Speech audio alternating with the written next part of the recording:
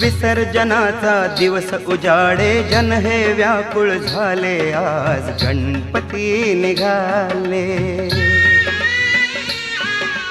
सुख शांतीच्या वरदानाचे, सुख शांतीच्या वरदानाचे सत्य स्वरूप निघाले, आज गणपती निघाले।